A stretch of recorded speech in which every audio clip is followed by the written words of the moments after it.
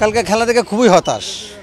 26 বলে যখন 28 রান দরকার তখন তো সাউথ আফ্রিকা জিতছে, আমরা সবাই ভাবছি সাউথ আফ্রিকা জিতছে, কিন্তু কালকে হারছে, খুব খারাপ লাগছে।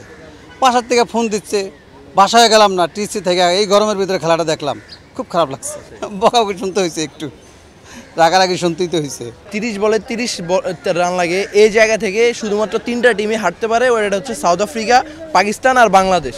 এছাড়া অন্য কোনো টিমের পক্ষে সম্ভব না যে 30 বলে 30 রান 5 উইকেট হাতে নিয়ে এখান থেকে ম্যাচ হারা। আফ্রিকার বরাবরই দুর্ভাগ্য, এটা বলতে হয়, আমাদেরকে স্বীকার করে নিতে হবে। আমরা অনেক খারাপ, মানে আমাদের অনেক খারাপ লাগছে, কষ্ট পাইছি, বাট কিছু করার নেই। ইন্ডিয়াকে কংগ্রেচুলেশন। 2007 সালে প্রথম টি-20 বিশ্বকাপ জয়ের পর দ্বিতীয় ট্রফি জিততে ভারতকে অপেক্ষা করতে হয়েছে 17 বছর।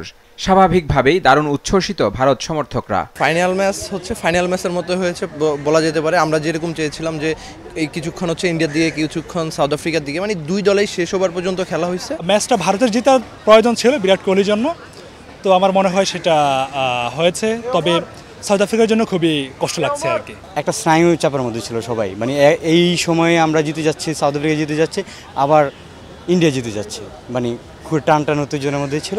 খুবই ভালো লাগছে রোহিত শর্মার ক্যাপ্টেন্সির কারণে, এবং বুমরার 1 রান দিয়েছে এবং উইকেট নিয়েছে, তো এখান থেকে খেলাটা টার্নিং পয়েন্টটা ঘুরে গিয়েছে।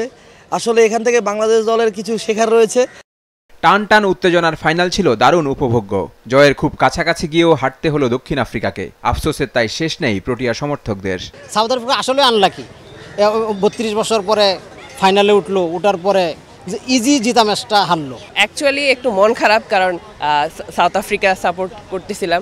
তো সাউথ আফ্রিকা যে একটা একদম সবসময় চোকার্স একটা তাদের যে রেকর্ড, তো ভাবছিলাম যখন মারা শুরু করছিল, একদম আকসার প্যাটেলের 1 ওভারে যখন প্রায় 26 রান নিয়ে নিল, তো ভাবলাম যে এবার হয়তো এত বছরের রেকর্ডটা ভেঙে যাবে। যারা সাউথ আফ্রিকাকে সাপোর্ট করছিলাম তারা অনেকটাই আশা হতো।